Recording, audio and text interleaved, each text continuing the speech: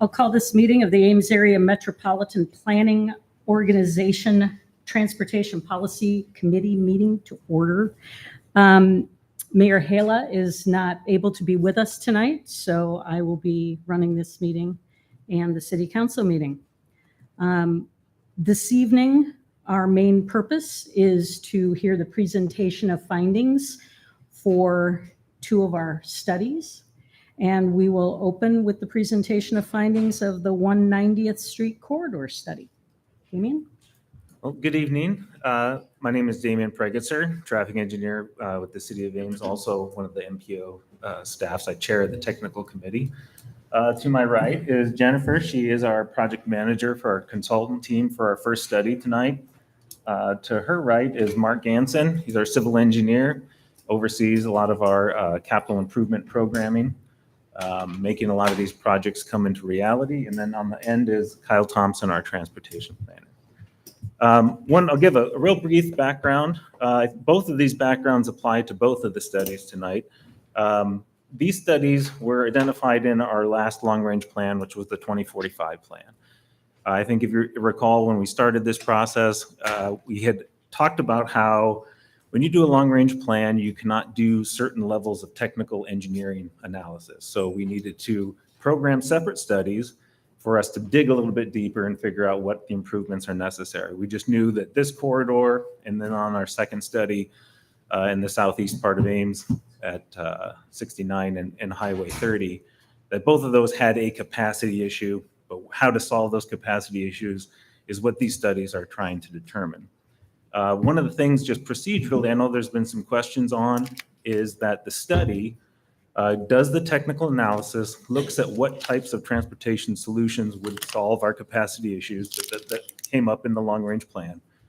But ultimately, these projects that we're talking about tonight are potential projects. They are conceptual projects that will need to be worked back into the long-range plan. So here in the fall, we'll start the solicitation process for the 2050, you can believe that, 2050 long-range plan, where there is a procedure in that plan to prioritize projects, actually score them and rank them for our entire region, apply what they call a fiscal constraint, so that because we're limited in dollars, and then they have to be both either inflated or deflated in time based upon inflation and other factors to what they call year of expenditure. So that kind of lengthy process is how you actually set the time that these projects that we're talking about tonight would show up in our schedule, our next 25 years worth of projects. So what this is an intermediate step between the two plans to kind of provide the MPO, everyone in the region, more detail on what we could do in these corridors to address our growth and other operational needs. So with that, let me turn it over to Jennifer and she can go through our first presentation. Thank you, Damien. As Damien mentioned, I'm Jennifer McCoy. I'm a senior traffic engineer with Bolton & Mink. And tonight I also have my colleague, Chris Albrecht, with me. He's a senior transportation planner with Bolton & Mink as well. So we were kind of charged in working with the city on the 190th Street Corridor Study. So just to give a little bit of information about the study area location and background, we looked at 190th from George Washington Carver to US 69, which is a 2-mile long corridor. As Damien mentioned, the need for this study was identified in the Forward 2045 plan. We looked at both existing and forecasted traffic operations using the MPO's model results to look at concerns at 3 primary corridor intersections. There's been a lot of development in this area, and of course there's continued growth planned for the area. So the study really needed to assess both what was needed now and then also what was needed to carry forward into the future.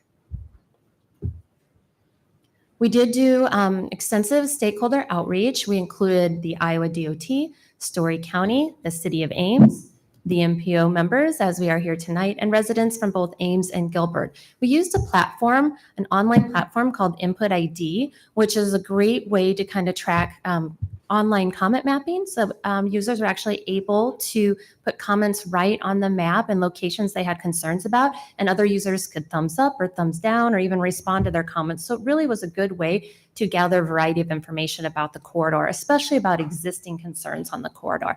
We had approximately 40 different responses from area residents. A lot of the themes included a need for more lighting on the corridor, concerns about speeding, a desire for more pedestrian and bicycle infrastructure, school-related traffic related primarily to the high school to the north on Grant, some challenges with certain turning movements, and of course, concerns over future traffic and how the current system would be able to handle additional growth.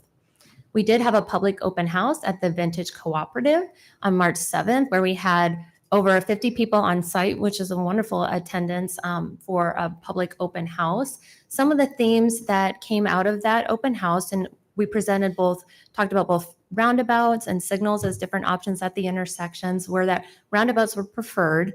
There was a need for lighting, and there was still that desire for additional pedestrian and bicycle infrastructure. So a lot of it really kind of mirrored what we had heard on that online comment mapping as well when it came to those comments.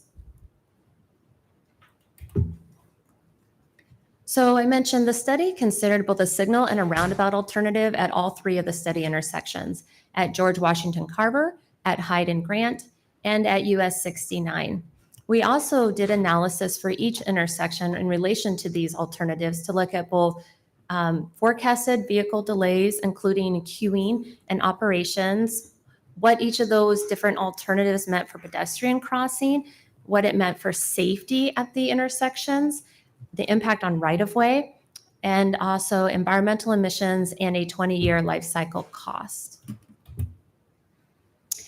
So I'm going to start intersection by intersection. I'll just kind of take a break after each intersection to open it up to you to see if there's any questions about each specific location. So the first is 190th and George Washington Carver. So you see we looked at a single lane roundabout. The roundabout would need what's called a northbound right turn slip lane. The highest movements at this intersection are the northbound to eastbound right and the westbound to southbound left, as you are probably well aware. So in order to best provide the best operations for a roundabout at this location, that northbound right turn slip lane is needed.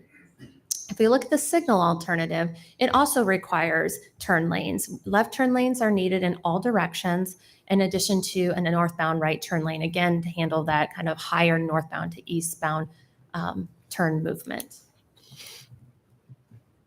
And one thing to point out here too, a little bit faint, I suppose, hard to see on the projector, but there's a blue line that is the parcel lines. And then some of these pictures will indicate kind of the difference between jurisdictional boundaries as well. But it's the parcel lines from our assessor. So I want to talk a little bit about some of the different kind of pros and cons of each of the alternatives. I mentioned that we looked at a lot of different criteria from operations, pedestrian crossing, safety, emissions, and so forth. So I just kind of want to walk through that. When you look at the roundabout versus the signal, you can see in green would be where the alternative ranked, I guess, better than the other alternatives. So for example, the roundabout obviously is in green. It's experiencing less delay than the signal. The queuing is better for the roundabout versus the signal, and the pedestrian crossing is showing as less delay than with the signal. You also do see increased safety benefits of the roundabout versus the signal. However, where the biggest challenge comes in with the roundabout versus the signal is that right-of-way impact and also the cost. You can see that although operationally wise and benefit-wise on the emissions, safety, and operations, the roundabout is better than the signal. It does have a high right-of-way impact, and it has a larger cost to build. And so that's just something to kind of keep in mind as we look at, what is the best alternative determined going forward. What the study did find is that roundabout or signal is going to be needed by year 2030. So there's not much time if you think about where we are today. So it is something that will be needed to be programmed as you look at this new update to the long-range transportation plan. The next is on 190th at Hyde and Grant. So you can see the single lane roundabout versus the left turn versus the signal with turn lanes. So you can see here kind of that footprint or that impact of the single lane roundabout versus the signal. Left turn lanes are needed in all directions with this signal. However, you can see that it just has a little bit of a smaller footprint than the single lane roundabout. The jurisdictions here are 50% Story County and 50% City of Ames. And that's based upon that existing cost sharing agreement for the temporary signal, but could change subject to project design and further discussion and negotiation. Yeah, and here I think it's good to point out that the east-west, kind of on the north side of the street, is where it changes from the incorporated limits of the city Ames into the county. And really kind of all these projects were essentially conceptually centered on the existing roadway. When you actually go to do a design, you have a survey, you look at all your water and other resources, your right-of-way resources, things can shift around. So we're assuming that everything's centered on the existing road, but that's not necessarily how things get designed. So that's why we're saying that based upon a design and where things would actually fit and the impacts related to where that intersection is located need to be determined further, like down the road. That's why this is just a conceptual planning level layout. It's not meant to be considered exactly like this is the project and this is where it will be located. So at this intersection, you can see that the operations between the two alternatives of the roundabout and the signal are fairly similar. In some cases, the roundabout may have less delay than the signal, but we are seeing greater queuing at the roundabout than we're seeing at the signal. When it comes to pedestrian crossing, is very similar with the delay. And I would say the biggest differences are in the safety. You can see the predicted crashes with the roundabout is less than with the signal. And the emissions are higher with the signal than with the roundabout. But again, you look at that right-of-way impact and that construction cost, and that's probably where those greatest differences between the two. So the roundabout is experiencing significant delay compared to the signal, and it has greater right-of-way impact and life cycle costs, but it does have less overall delay at the signal, less emissions, and better predicted safety. So are there any questions about this intersection in particular? I have a quick question on construction costs. So does the estimate include land purchase that would be needed, especially with the greater right-of-way for a roundabout? Or does that just include the infrastructure? No, it includes kind of a rough estimate for what we would look for land value, but when you get into a project and you would do an appraisal, especially if we use federal aid on it, we would have to follow the federal aid process. So it could change, but these are based upon just kind of historical averages. Gotcha. I have a question on the modeling, and I love the way you frame this because that's how we have to as well, that we have to think about what is needed now and in the future. Could you talk to us about how you modeled the projected traffic into the future? That's sort of interesting, I think. Sure. So that actually came from the travel demand model. So from Kyle's transportation demand model. So what that does is that looks at the land use based upon the 2045 plan. And so you may recall the 2045 plan had growth south of 190th, but had north of 190th remaining agriculture. So that is the kind of land use model that we looked at, having that area kind of grow out. So from that, you get a kind of projected traffic growth, and then you're able to apply that percentage of traffic growth to your existing numbers. We went out and we took existing counts. We understand what the future is going to be, and we take that difference and apply it to those existing counts. And so we're growing the lefts, the throughs, the rights, everything in that area. So for example, we grew all the turns by the same amount that we grew the throughs. So if we're looking at High and Grant, we're assuming that the left and right turns are going north to Grant to the school are going to grow as well, which makes sense, right? You're going to probably have additional school traffic in the area and more people turning there as the area to the south continues to grow. So Yeah, this is a particularly sensitive subject for us because Hyde is a good example of poor planning. There's a lot more traffic on Hyde than was ever contemplated. And so, and it's very little that we can do about it now. And so we anticipate there being tremendous growth north of Ames, and who knows how far north it will go. And so this corridor is going to be incredibly important that we get this right, because there just are a few options that we have. And so I feel like there's a lot of weight on us to properly model this. So thanks for your explanation on that. So let me just follow up on this while we're talking about the number of cars. I was under the impression that a lot of studies that are out there say that private ownership of vehicles is going to decline significantly by 2035. So does that come into your modeling at all, or are we Well, just the- assuming that? Well, anytime that we do the update to the travel demand model happens with the long range plan, and we follow guidance from the DOT. So if the DOT had essentially a growth, they currently do not have a growth policy. Like when we check the growth and make sure that it's hitting historical trends, they have not given us direction to use that type of analysis. So I could see where people are looking or trying to watch for those trends, but currently it is not used.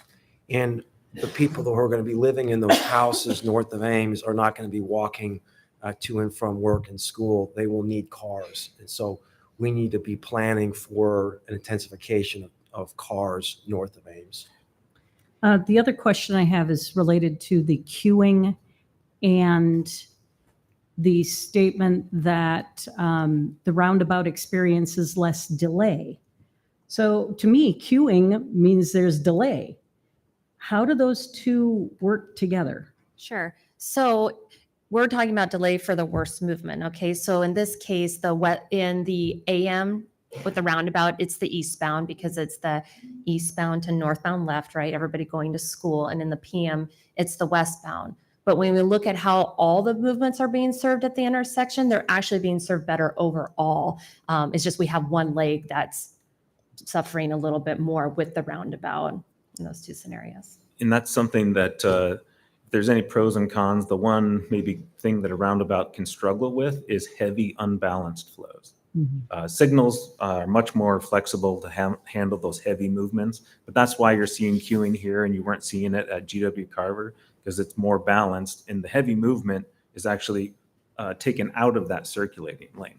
So when it's that heavy movement when it has to go through the circular in the center of the intersection that you start to see these type of delays.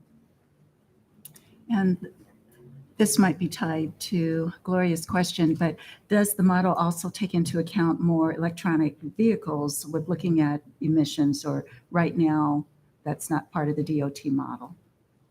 Well, I know there's quite a few emissions modeling methods. I can say that, and they take into account the changing in the fleet. So they obviously, I think the average age of most vehicles right now is somewhere around 12, maybe 13 years, and it does project the fact that in another 10 years from now, vehicles will be newer and they will overall have less emissions.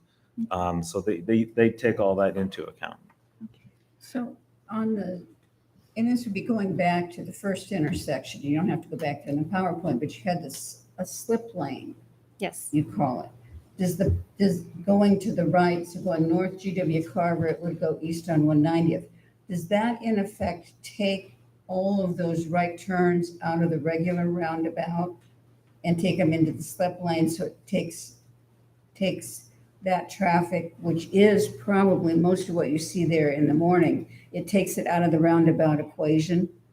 Yes, that is correct. Okay, got it. But there's no way to do that when you do a left turn except to do a flyover lane.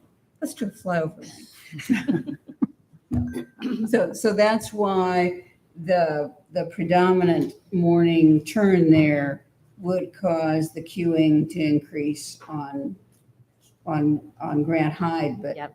not. Okay, Yes. got it.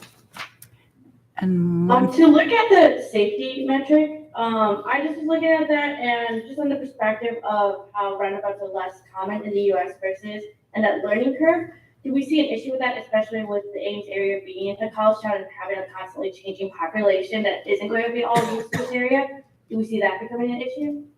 Like, because I know it's seen as safer, but I'm just kind of curious about that statistic. I think we had that concern down by the research park, and I do not recall, I mean, we did not get a significant, almost any complaints. I felt like the population, at least that uses the research park, acclimated quite quickly to roundabout. So I would expect the same elsewhere.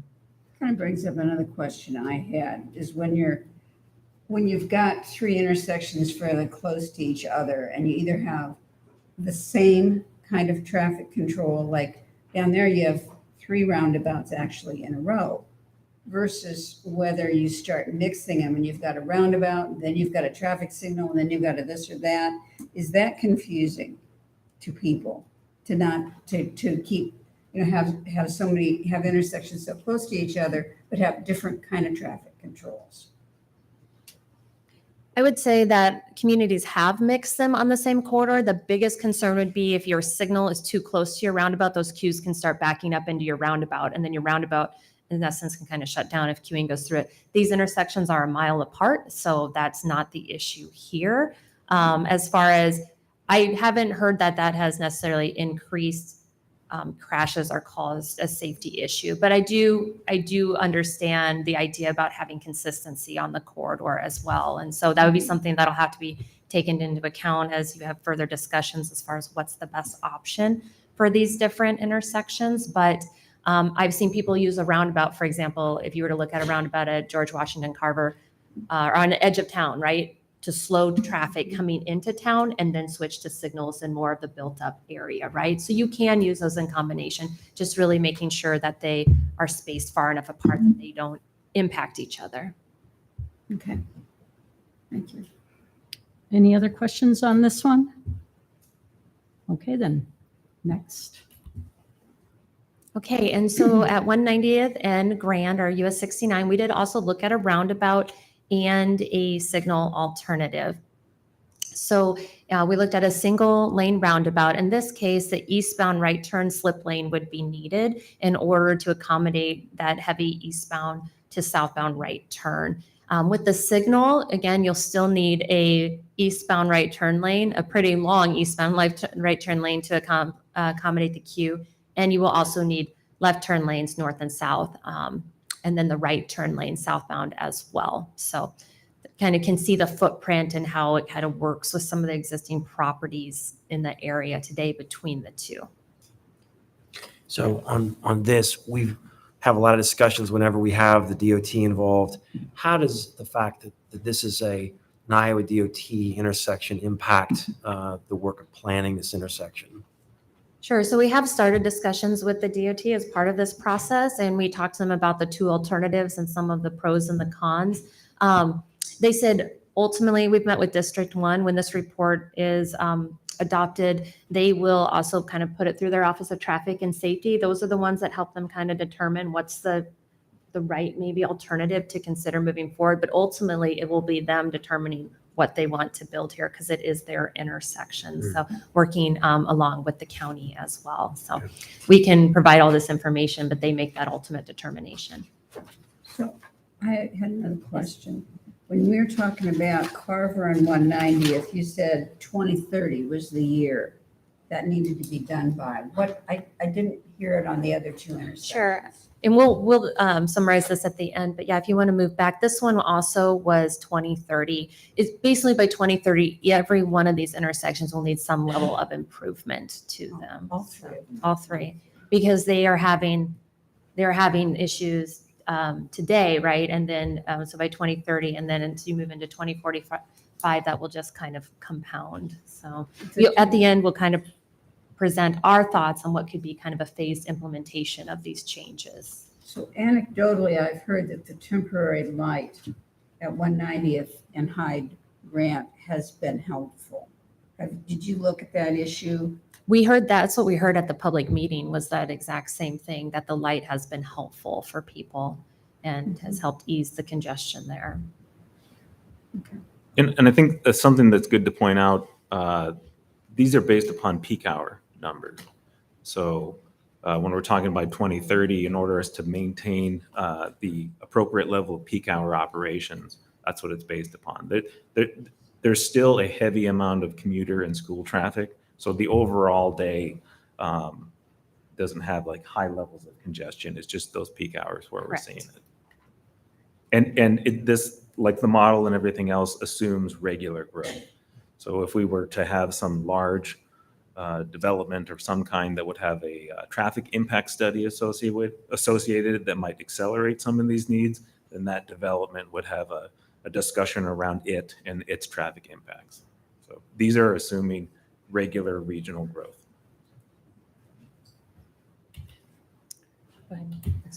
So unlike the others where the signal or the roundabout kind of either could perform well here, it was really apparent to us looking through our analysis that the roundabout just will not work here.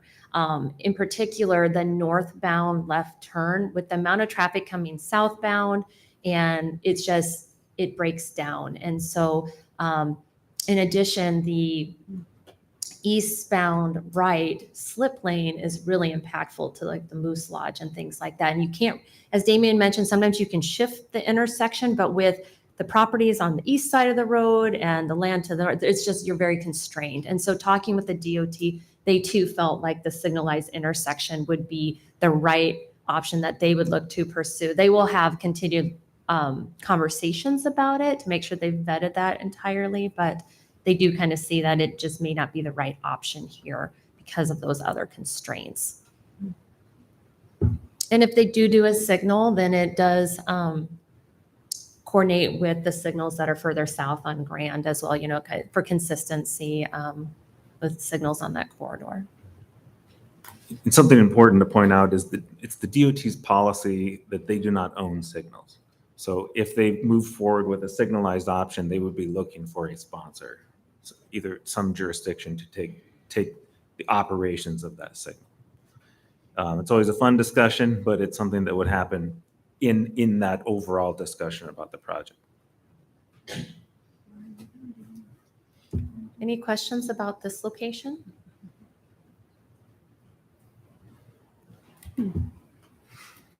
So now I want to touch on just the overall corridor and cross sections. So not only did we look at improvements at each intersection, we needed to determine what was needed for 190th itself. So as I mentioned, we heard a lot of desires for better bicycle and pedestrian facilities and other things like that. And obviously, as an area develops, the road will often transition from a rural cross section with open ditches to more of a curbed urban cross section. And so what we are proposing is we looked at the number of vehicles per day, which are what we call the daily traffic volumes. The daily traffic volumes today are anywhere between 2,000 and a little over 3,000 vehicles a day. Looking into 2045, that number changes to about 9,000 vehicles a day. 9,000 vehicles a day can be accommodated with a 2-lane roadway with turn lanes at those key intersections. I think as we look ahead with this roadway, as access management is going to be really important. You mentioned Hyde, and you have an opportunity here to really define where you're going to allow those access points as the area develops along 190th, which will help control, you know, some of that congestion along the corridor. And that's what we would recommend is 2 lanes with turn lanes, a trail on one side of the road, and then opposite that would be a sidewalk on the other side. So today the pavement life actually is in really good shape on 190th. So that full rural to urban reconstruction really could wait 15, 20 years out to happen. So are there any questions on that piece? So one of the things that we heard in the past about 190th when we were considering a trail was that it really wasn't possible to do that on the north side because of drainage issues. So does this assume that there's going to be a lot of reconstruction on that north side so that it is possible to accommodate the sidewalk there and still retain the necessary drainage for the project for the street? Well, yeah, what I would say is, like all of our projects, we assume anytime we have a rural section that it would be urbanized. The cities, especially moving anything into the Ames city boundary, we would expect it to be an urban cross section. Now, there's no engineering that's been done. Right. It's really trying to set an expectation of a cross section. So, and that goes back to my comment too about as development occurs. perhaps a development would have to infill a trail. But this is setting the expectation that there would be a pedestrian facility on one side and a shared use wider bike and ped facility on the other. How that gets built, perhaps every block might need to have its own design. It may, we don't like doing it, but it may switch sides if between Hyde and GW Carver, it may be on one side. It may have to move to the other side from GW Carver to 69. That's to be determined. And obviously, the railroad and crossing their right of way is also a challenge, but it'd be part of a project in the future.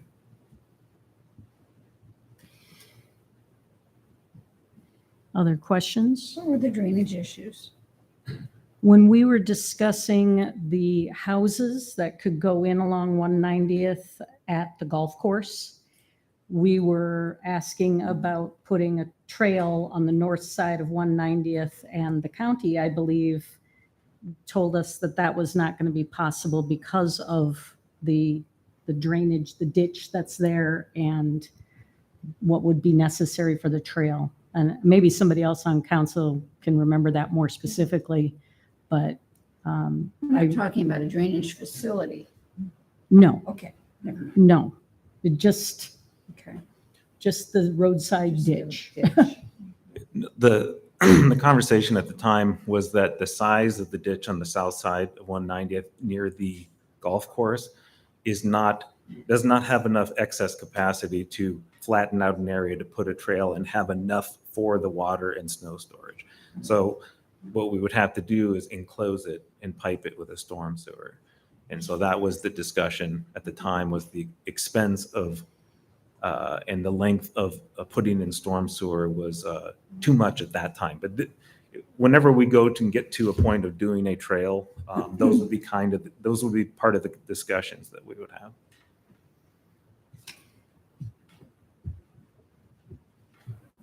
Next. So to just kind of conclude, the daily traffic for 190th Street in 2045, as I mentioned, is 9,000 vehicles a day. The 2-lane roadway plus turn lanes will operate at level service C, which is an acceptable level of service up to 10,000 vehicles a day, which is why we're recommending a 2-lane roadway plus turn lanes for 190th. Talked about how it's important to manage access control along 190th Street. If you have a lot of driveways, that ability to keep 2 lanes and not have to go to a 3-lane with a center 2-way left turn lane is going to be more challenged. So you have really an opportunity as the area builds out and continues to really define access in the area. At the intersections at George Washington Carver, the single lane roundabout with the northbound right turn slip lane, or the signal with the northbound right turn lane and then left turn lanes in all directions. Either one of those alternatives could be further pursued. At Hyde and Grant, a single lane roundabout or a signal with left turn lanes could be further pursued. And at 69 and Grand, we are recommending the signal with the single northbound left, the single southbound left, the southbound right, and then the single eastbound right turn lane. So I wanted to talk a little bit about implementation. I mentioned that we have kind of our recommendations on when these things would be needed. And this is based upon our operations analysis and looking at kind of how the traffic grows, what's needed to support that growth. So you'll see there's kind of some interim improvements that we're recommending, which would be to install some intersection destination lighting. That was one of the comments we heard, is that it's dark, especially as you're on Grand. Coming up to 190th, you don't always notice that the intersection is right there because there's not great lighting. So intersection destination lighting is lighting put right at the intersection to notify you that there is an intersection coming up. And so that would be recommended at all 3 locations, along with maintaining the existing temporary signal at Grant and Hyde. And then along 190th, it also is recommended to install roadway lighting and to start putting a plan in place for some type of a shared use path along one side of the roadway. As we move into 2025 to 2030, I mentioned that improvements were needed at all of these intersections by 2030. So at George Washington Carver or 190th, there's a need to either put in the single lane roundabout with the northbound slip lane or put in that signal with the turn lanes. At Grant and Hyde, it would be the single lane roundabout or the signal with turn lanes. At 190th, the improvements could be phased a bit to start with the eastbound right turn lane. That's kind of the movement that's strained the most right now, and then go ahead and signalize it in that following kind of 5-year window. I mentioned the pavement condition doesn't really drive a need to reconstruct 190th in the short term. So that urban 2-lane section could be phased in that 2035 to 2040 and that 2040 to 2045 window. I was going to also point out that today, in 2045, Highway 69 south of 190th is in the plan, in the long-range plan, to have a 5-lane section in that area south of 190th by 2045. So that'll be continued coordination with the DOT. And then also, and that would include a trail connection on the west side to Ada Hayden, is something that's been starting to be discussed with the DOT. And then the north of 190th would remain, would look to be a 2-lane section with turn lanes at the public road intersections. So some improvements also on Grand as well in those more further out years. So that's new for most people. It's new for me that Grand would be 5 lanes from 190th into Ames. And what time frame would that be? That's currently in your long-range plan for 2045. Okay. So as you update that plan, conversations with the DOT may determine if that stays at that time frame, if it gets kicked further out, or where it lands. Yeah, thanks. And that is a planning level analysis. I mean, that's why we update the plan every 5 years. So really that becomes more of a reality as you see that project shift forward into your first 5-year short-term frame, then it becomes a real reality. But it's just based upon the planning level of service of that segment. As right now is a 3-lane section. By 2045, we may need 2 through lanes in each direction. Wow. And something to go back to my opening statement, this implementation table is assuming no constraints on funding and no other priorities. So that's where if this project and all these projects had all the money that they needed, this would be based upon the criteria of the study when you should do it. But that's where obviously, the reality of limited resources, that the long-range plan would put this project in the context of every other project we could potentially do for our region, and pick a prioritized time frame for it. So this is a little bit in isolation, but that's what you do with the corridor study, is you try to determine the scope and scale of that corridor's improvements so that it could be looked at the greater region.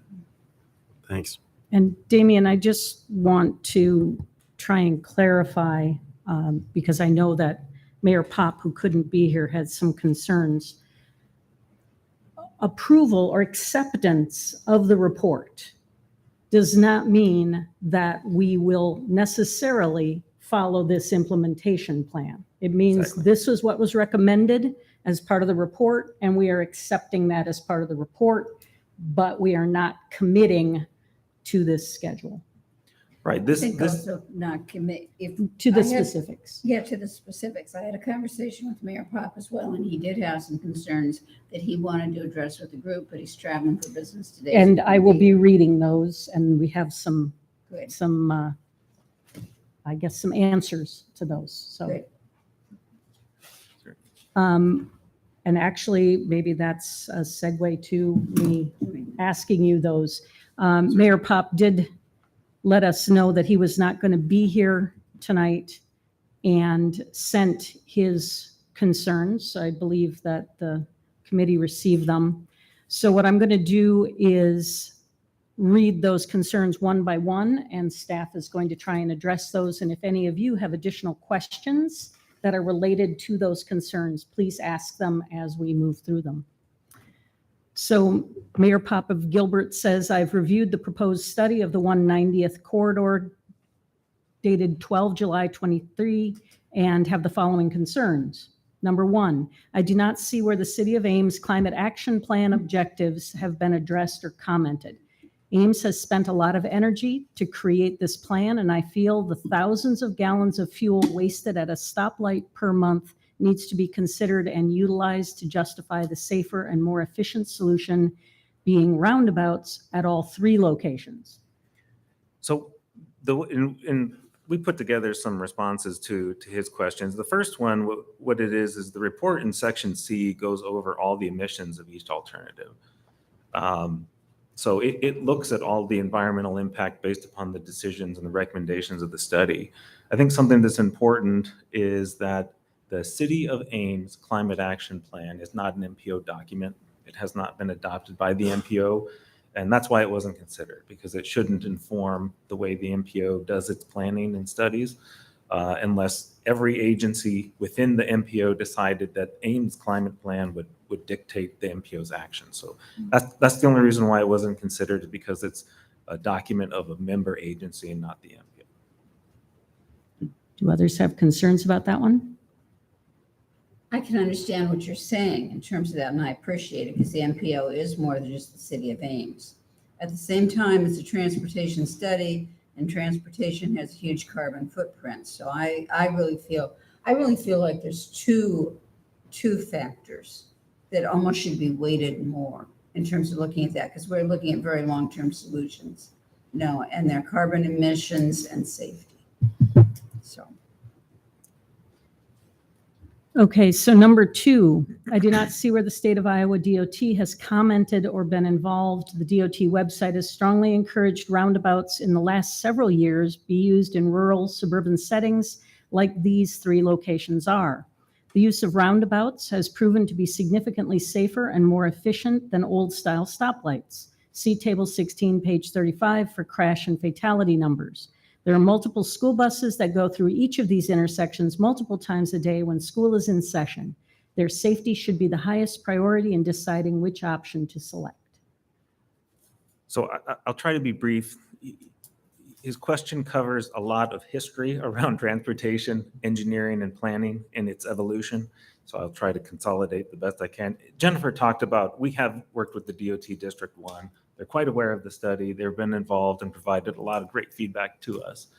Same with all the modeling efforts. The main DOT office is involved with the MPO and all of our modeling so that our forecasts match the statewide forecasts. So pretty much everything the MPO does is continuously working with the DOT. Almost to the point where I suppose we take it for granted that we don't need to say it because they're always involved. But then what I would say about his comments about the roundabout, if you look on the DOT's website, they have a great primer on roundabouts, and it talks about how when roundabouts were first introduced in the US, a lot of transportation professionals were reticent to use it because of it, European or other countries' experiences with roundabouts. So that's what he means. That's what that guidance is, and it doesn't really exist anymore. So most modern transportation professionals look at a roundabout or a signal or any other type of traffic control as a toolkit.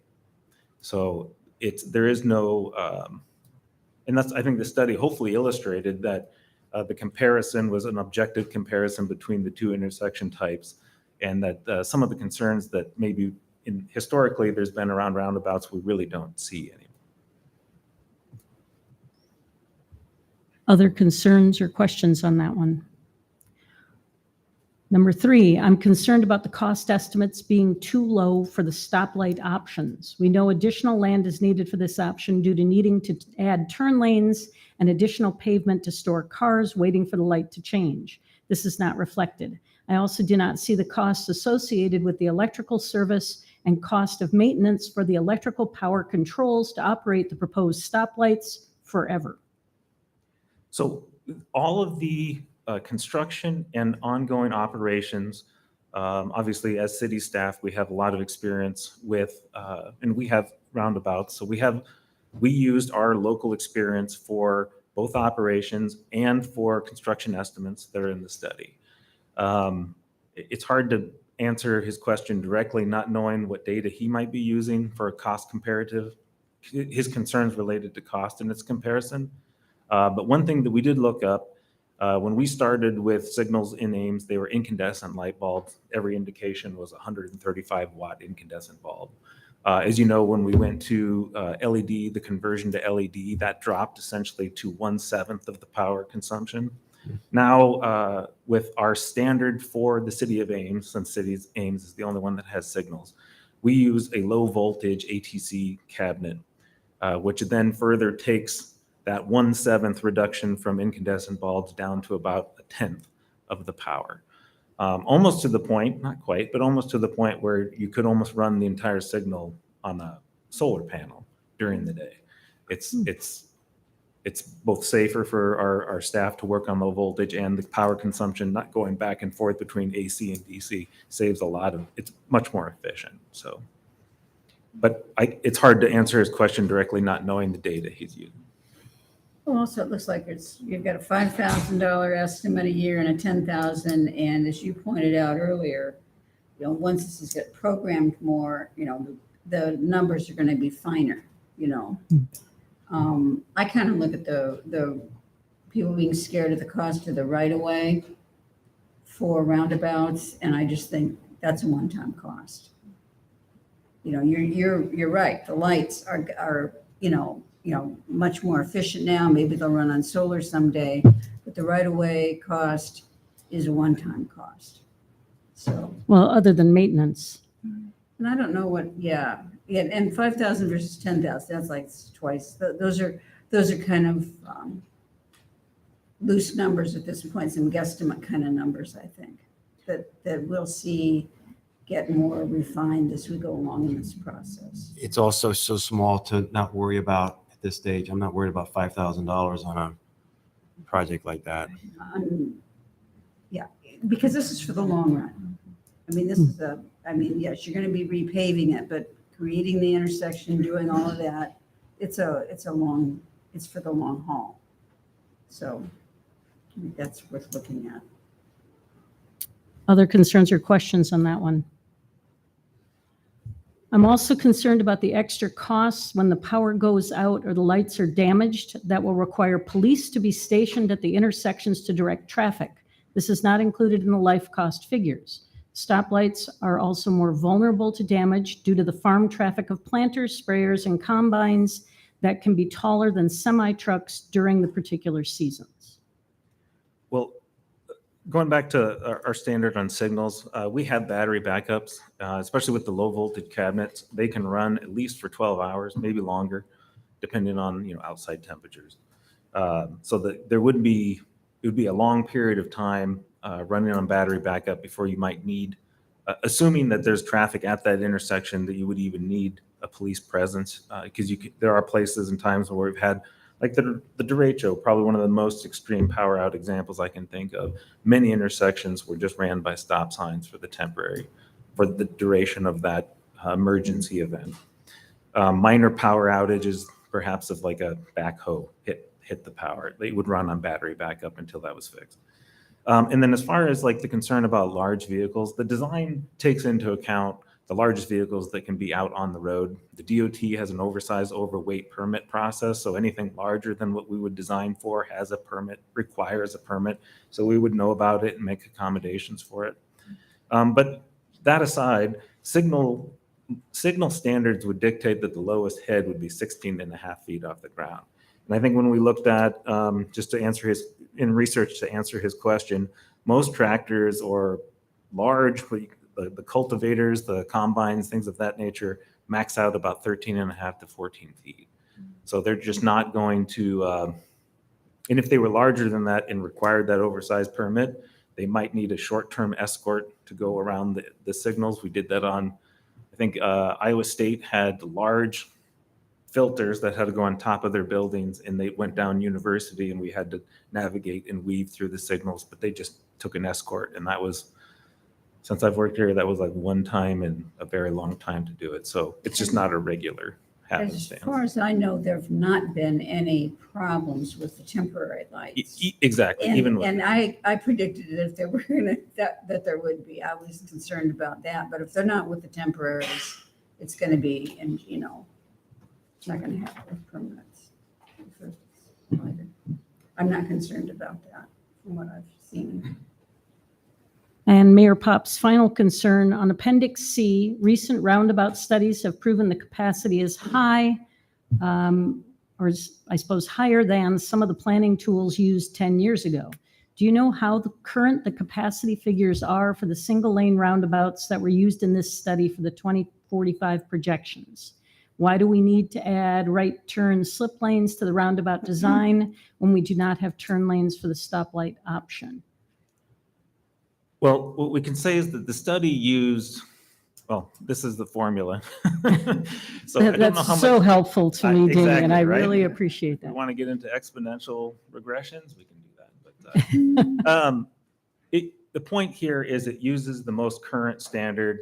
The software uses the most state of the practice as far as its estimation of delay. If you wanted more technical information related to the analysis and how it's done, we can provide that, but I don't know that we need to go through all of it tonight. I'm probably already too wordy. And I think you already answered the question about the right turn lanes or the turn lanes because They are part of we've, it. yes, Yes, we've discussed those. So Mayor Pop concludes his comments with, based on these issues not being addressed in the actual report, I recommend this report be returned for additional work to address these issues. Well, we've just had those issues addressed. And at this point, I guess I would ask whether you have any further questions or concerns before I call for a vote on this. So Mayor Hala did point out that since Mayor Pop is not here and Gilbert is impacted by these, he did want us to consider the possibility of tabling this vote to a future meeting, perhaps August 8th. But otherwise, we have the two options on the council action or the committee action form to receive or accept the report or not accept the report. I think that to some extent, Mayor Pop's questions have been answered. At the same time, I think it's easier if somebody's here to maybe ask follow-up questions to it. And he doesn't really have that opportunity to do that. I'd be more comfortable if we tabled it till the next meeting for acceptance. I'm personally, I feel good about, the discussion we've had tonight and that you've answered Mayor Pop's questions, but they're his questions. So I feel it'd be more prudent unless there's any reason why it has to be done tonight, I would suggest we table it. And I think our answer to that is There's no requirement to accept the study. My guidance that I could give to the policy committee would be that not accepting the study would mean that you felt there was something technically inaccurate with the study.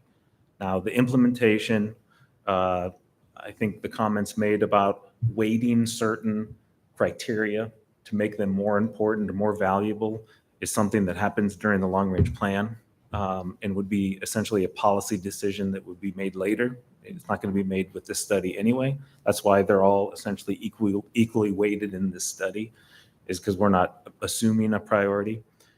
So that would be the most functional reason to delay accepting the study, was because there was a technical issue with the study that made it inusable to the MPO in the future. But you can also delay it and have those questions answered later. There's no requirement for you to approve it tonight. The challenge of delaying it is that we've sat through almost an hour of discussion, and I'm not going to remember this in this great detail 6 months. I won't be here 6 months from now, but whenever this comes back, there'll be that need to go back over this. I mean, we're not making any decisions here other than just to accept the report. Mayor Pro Tem, I would move that we accept the report. Is there a second to that? I'll second. Discussion. Is a Boone County supervisor also a part of this group? Yes. Do we know that he got notice of this meeting? Because I did not, and I don't believe Mayor Pop did. But he knew about the meeting. He sent comments pursuant to this material. Okay. Yeah. I am assuming that everyone was notified using the usual channels. However, it is fair to say that we do not have representation from either Gilbert or Boone County this evening. I don't see it. I mean, I know what Damien's saying in the sense that it seems technically accurate, but I think it would be a measure of goodwill to delay. I guess I don't see a problem with that myself either. Okay, so the motion on the table is to accept the report. Those in favor, do we need to do a roll call on this, Grace? I don't. Voice vote? So all those in favor of roll call. Okay, so roll call, Grace. No.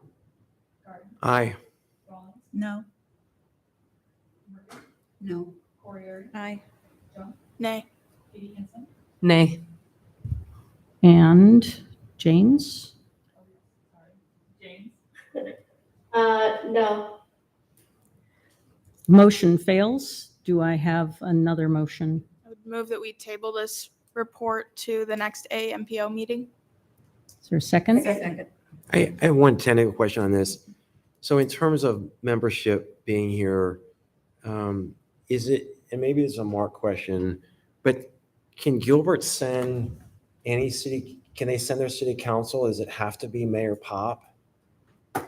Gilbert didn't know until yesterday when I contacted Sonia that So- this meeting was here But tonight. I mean, again, respectfully, he wrote a letter pursuant to this meeting tonight. The agenda But- was sent out Yeah, he last was- Friday. he's on it, Everyone email. is on it. Yeah. Yeah. So- And so I don't think that We're on it. that is germane to the motion that's on the table right now. So we have a motion and a second to I- table this. As I understand it, the members of the AAMPO are the members, and it's not just anyone can, any, city council member from Gilbert, for example, can come. The mayor's the designated person. So we're in this spot because Gilbert wouldn't send any city council members to our meeting. I mean, this is No, just that's more not wasted what, time. that is not what our city attorney has advised us. Did I misunderstand this, Mark? Yeah. Is it only the mayor? Yeah, it's only the mayor. Then why is it that the city, we can participate and no Gilbert city council members can participate? Well, it's whoever has been named to be on the AAMPO. I don't have a list of Individual who that is. bodies. Yeah. They can't send a mayor pro tem of Gilbert? They probably could appoint a I- designee, but on short notice, it Right. probably wasn't possible. Might Yeah, I I'd just agree say with that that. it might be good, I don't know what the document is that constitutes the MPO. I have not seen it. It might be good if the MPO would review it. So let me hold off on that, Linda, and we'll take that as a motion after we complete this motion. So the motion on the table is to table the vote on this until the future meeting of, the next meeting of the AAMPO. And Grace? No. Aye. Aye. No. Aye. Aye. Aye. Aye. Motion carries. Now, do you have an additional motion, Linda? I don't know that it's, needs to be a motion. I'm just suggesting for the group that it might be good if we reviewed our charter or whatever document it is that constitutes this group. So we do know the rules, who needs to be here for a quorum, because I've wondered that, Boone's not here, Gilbert's not here, Story's here. How many jurisdictions have to be available to have a quorum? I would put And that in the form of a motion, so staff knows that the committee wants that. I move that the AAMPO at its next meeting review our charter or our document that constitutes the organization, so we understand better. Is there a second? Second. I might note that all of the information is available on the website. the city's Including the website. bylaws. Yeah, including the. It does? Yeah. Okay, well then, I'm remiss in not having looked for it before. And Um, does that mean you're withdrawing your I'll motion? withdraw my motion. All right. And I can answer the question. So they're formally designated members, and it's a simple majority of you each all have an equal vote. So the representation is formally set and designated by persons, and then to have a quorum, you are a simple majority. And then within that, it's a simple majority vote of once a quorum has been met. Damien, when is the next meeting of the MPO? So we're gonna I don't know if we sent out the notification yet, but we're planning on adding a meeting on August 8th because the DOT had a tip amendment they wanted processed. So that would be the next meeting is August 8th. So that would be at our next city council meeting as well. And hopefully this will be fresh enough in our mind. We won't have to go through all of those details. And is there some way that we can send some kind of notice to these other people to make sure that this issue of notice is not going to be, I mean, if people choose not to show up, Than the agenda? yeah, I mean, if people choose not to show up, then they're sort of voting with their feet. But I I want to take away this issue of the notice again. I am going to assume that staff will take care of that. And I have no reason to believe staff didn't take care of it this time, other than the anecdotal information from Linda. So I don't know what to say about that. But we'll make sure that everyone is notified for the next meeting. Do we have other concerns about this? Otherwise, we'll move on to the South Duff study.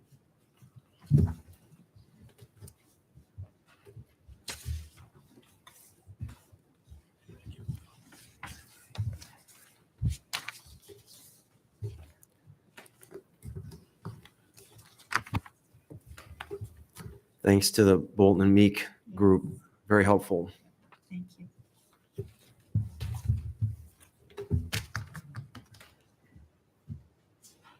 All right, our second study this evening is about the South Duff corridor, really looking at the interchange with South Duff and Highway 30. And HDR was our consultant who worked on that study, and and Mike Forsberg, my right now, is our project manager who oversaw the study. So I'll turn it over to him so he can go through the presentation. Thank you. Good evening. So Damien gave some background earlier just on the planning process for this particular project. Just to give you all some additional background, the project is located on South Duff between South 16th and Airport Road. It includes the interchange with US Highway 30. Some additional background on why this project is being conducted. Again, it was talked about earlier in the long-range planning effort, but this is the most heavily traveled service interchange in Ames. There are some current and expected in the future inefficient operations in this study area, largely due to the current interchange configuration. There's significant traffic growth expected in the future over the next 25 years. By 2045, we're expecting the traffic on South Duff at US 30 to grow from about 25,000 to about 35,000. And what we're really looking to do with this study was to identify a recommended corridor and interchange alternative that addresses project goals of reducing delays in queuing, improving safety, preparing for future growth, improving the multimodal facilities along the corridor, and better accommodating event traffic in the area. There are a number of planned improvements, either in the city's CIP or AAMPO's Metropolitan Transportation Plan. Kind of some of the ones that are ongoing or in the CIP, the South 16th Street improvements, which I'm sure everyone is well aware of. It's very visible at the moment. Those are ongoing to add turn lanes and new sidewalk connections. Those are anticipated to be complete this fall. The adaptive signal control technology along South Duff, that's anticipated to be complete this year as well. The airport road access modifications just west of South Duff, those are planned or expected for next year. US 30 expansion east of South Duff, the DOT is planning to widen that to 6-lane facility between 2025 and 2027. And then additional improvements that have been previously planned and identified: US 30 widening further west of South Duff to University. It's not currently programmed, but would be a 6-lane facility as well. South Duff widening to 6 lanes through the interchange area. And then South Duff expansion south of Airport Road to Ken Merrill to a 5-lane section. Could you indicate which of those are DOT plans and which of those are City of Ames plans, or MPO plans rather? So they're all in the MPO's Metropolitan Transportation Plan, but the DOT would be programming the improvements on US 30, and then as far as other improvements on Highway 69 through here, it'd be programmed in both the MPO and the state's programs. And we'll kind of touch on a bit on what that funding looks like in cost share and some other things, with this being a multi-jurisdictional facility. Thank you. So the kind of the methodology for how this study was completed, and I'm not going to go through each of these in great detail, but it was kind of a multi-phase approach. We started really with more of that foundational type work, where we collected data, work with the city to collaborate on gathering traffic counts and those sorts of things. We coordinated with the DOT to discuss our approach to the project and get their concurrence on our methodology that we would advance. Then we generated some traffic forecasts. We got into that second phase where we did more analysis of the existing and future no-build conditions, looking at operations, safety, multimodal facilities, SIRIDE, and then we developed some initial alternatives. We reviewed those with the city staff, and then took those, analyzed them a bit further, prepared some documentation that we could all review together. We sat down with the DOT and discussed, okay, here's what we've gone through, here's what we're finding with these different solutions. We all kind of reviewed them and decided which ones we wanted to advance for even more detailed analysis, where we did a traffic microsimulation modeling exercise of the two refined build alternatives. We did some conceptual layouts of these, some other video animations that we created to support stakeholder public outreach. We held a meeting with the public back at the end of May. Then we took those into further refinement and created our report from all of this evaluation. This is kind of just a snapshot of the corridor assessments that we completed. So we're looking at forecasts, as I mentioned, a pretty significant growth in forecasts expected over the next 20-25 years, particularly on the south side of US 30. And if you kind of look south of Airport Road, you really see the projections really grow. You know, we're looking at about 13,000 today, and then upwards of 26,000 in 2045. And a lot of that is really dependent on the pace of development growth in South Ames, but as it currently stands and what the travel demand model is telling us, and as far as when we expect development to occur, that's the kind of growth we would anticipate. On the operations side, by 2045, really in the afternoon peak hours when we expect things to really degrade quite a bit. We already experienced quite a bit of congestion around the South 16th Street intersection today. And what this really kind of highlights is from the microsimulation approach is that intersection at South 16th would just continue to meter traffic to those locations to the south. You'd have some very, very long delays in queuing at the South 16th Street intersection without additional improvements beyond what are currently being completed. As far as safety goes, just looking at some of the historical safety data, there are some trends in the area at the intersection of South 16th. A lot of crashes are occurring with southbound traffic through that intersection, whether it be rear ends, whether it be angle or broadside crashes with the northbound left and southbound through, or even southbound traffic with westbound traffic as well. At the westbound off-ramp, there have been a couple of collisions with bicycle or pedestrians in the last handful of years. Those would be the westbound right turns. Typically, what you see there is vehicles looking for a gap in traffic, or they're looking to their left as they want to turn right. They begin to turn right and they don't check back again to see if anybody's coming. So we've had a couple there. And then at Airport Road, kind of the pattern there is the left turns on South Duff with the opposing through traffic. And we'll talk a little bit about more addressing that here in a bit. But then the last thing is on the multimodal. There are a few side ride stops in the study area. They don't currently have a boarding or a lighting area with an accessible path to South Duff. And there's a few crossings that are not ADA compliant in the area, as well as I mentioned that vulnerable road user crash location, the westbound off ramp that was noted as a stressful intersection for bicyclists in the last MTP. And then at Airport Road, just pedestrian facilities, there's some poor delineation really between where the sidewalk is versus where the roadway is out there. So all these evaluations, I mentioned those project goals earlier. It really was used to expand upon those project goals and identify specific project goals that we wanted to achieve with the corridor solutions. So kind of here they are. Really what you can see is the project goals for reducing delay and queuing is present at multiple locations. Same thing with safety and multimodal facilities. The event traffic, obviously there are a number of locations in the study area that deal with event traffic, whether it be for ISU events or for the Hunsaker Sports Complex at the Billy Sunday intersection. So there are a lot of things that we're trying to accommodate with the improvements here. So going through that exercise, as I mentioned earlier, we developed a pretty good range of initial alternatives that considered standard diamond interchange configurations, single point interchanges, diverging diamond interchange, displaced left turn movements through the interchange. And we kind of looked at pros and cons of each of these.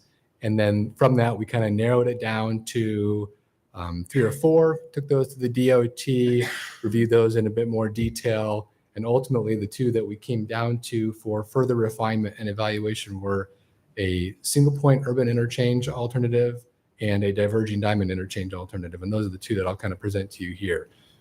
So this first one in the single point urban interchange, just kind of walking you through what this would be. It would be combining the left turn movements at the interchange to and from US 30 to a single intersection. It would be removing that southbound to eastbound loop ramp that's currently in the southwest portion of the interchange. It would maintain that direct access from eastbound US 30 to Billy Sunday that was created just a few years ago. US 30, the grade would raise pretty significantly, and I can kind of touch on that a little bit, but it really is a factor of the bridges that would need to be replaced over South Duff on US 30. With this configuration of the single point urban interchange, the intersection is quite large down below, and to span that intersection and a trail alongside it would be a pretty significant span. Even if we were to try and bring the bridge in a little closer to roadways and some other engineering solutions, we would still have a pretty long structure, and it lends itself to a pretty deep sized bridge. Currently, the bridge is about 3 to 4 feet in depth, and it would be about a 12-foot bridge. This is also low clearance today, so we'd want to increase the profile of US 30 to get rid of that low clearance on South Duff. What that all means is about a 9-foot raise in grade on US 30. And you can think that's pretty significant when it's all said and done. The planning level costs for this are just north of 11 million. That is just for the interchange. It excludes any US 30 mainline improvements, as those would be more of a broad scale improvement on the DOT that we talked about earlier. The US 30 bridges would be approaching 16 million, and that would include some additional wall structures alongside US 30 to accommodate the ramps that would be more closely in line with the main line, as well as some additional barrier that would be needed along the sides of US 30. The next solution was a diverging diamond interchange that I mentioned.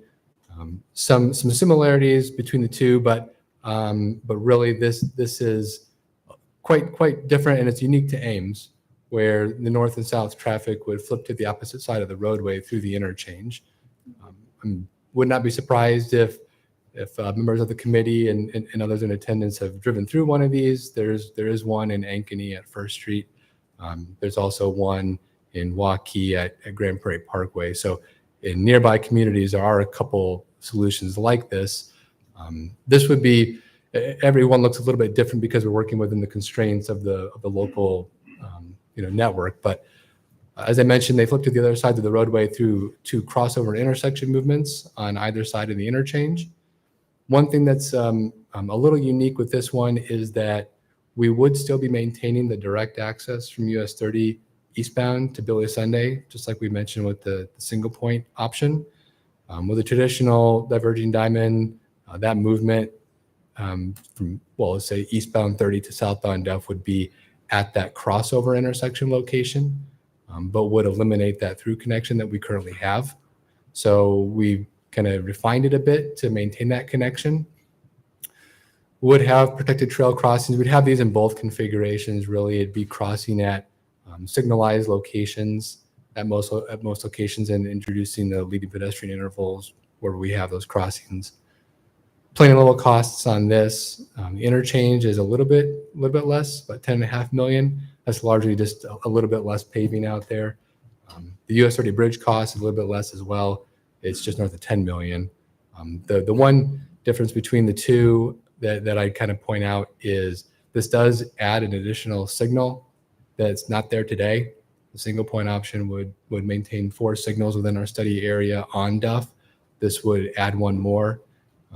There are a lot of things we can do with signal timings to make it flow really efficiently. And I mentioned earlier the adaptive signal control technology that's being implemented right now and would be able to be used with either solution. With either of these, we did identify some improvements at the adjacent intersections and locations of Airport Road and South 16th. Solutions at either of those two adjacent locations really fit with either interchange solution. So we would be looking at these improvements regardless of the interchange concept that we would advance. At Airport Road, I mentioned some of the improvements that are already in the CIP. Those are kind of the first few that are listed there. A new traffic signal at the driveway to Sam's and Lowe's, the continuous raised median between that new signal and South Duff, and then some new sidewalk connections in the area with access to the side ride stop south of Airport Road and with the leading pedestrian intervals. The additional improvements here are the northbound and southbound left turns on South Duff at Airport Road. I mentioned earlier that that's been a kind of a crash trend. There's the left turns on South Duff. A lot of that, if you're ever driving out there, if you were stopped waiting to turn left, there's a lot of median that you have to turn across before you even get to the opposing lanes. It can create some blocking of your view, your sight distance, and it just creates some additional movement distance and time for you to clear the intersection. By offsetting those movements, we would reduce the turning distance across the intersection and improve sight lines through there. So that was kind of the main improvement at the intersection for South Duff. Plating level costs here, really excluding those improvements that are programmed, would be $3.2 million. So let me just ask something about this while we're on it. Yes. At what point, if we decide we're going to do this, I see we've got a date of 2024 on there. Do we talk to the owners of the car wash gas station, Bergie's? Because I know that we have large trucks going in there for the gas station to refill the tanks. And this makes it look like that truck traffic is then going to have to go through the parking lot of Lowe's to actually get into the Bergie's lot to fill the tanks. Yeah, I think Mark can speak to this the best. He's been working on this so far. Yeah, so following this meeting, staff will be preparing an RFP for the design work for that project. So once we have a design consultant on board, we will reach out to the different stakeholders for that meeting and have those conversations. One thing to note is that the intermediate drive on the south side belongs to Lowe's. That is Lowe's drive by the property lines. Now, we would still meet with all the adjacent property owners to work through impacts and try and resolve those as best as possible. Sometimes with the turning movements, it's as simple as just changing the route that the vehicle comes. So if the trucks come from the west down Airport Road, they can still make that right turn directly adjacent to the gas station. So other alternatives are if they're on 69, they go to the south, turn in and come in from the south side up to the gas station. So those different alternatives we would work through with the design consultant and the different property owners, both on the south side and on the north side. Thanks.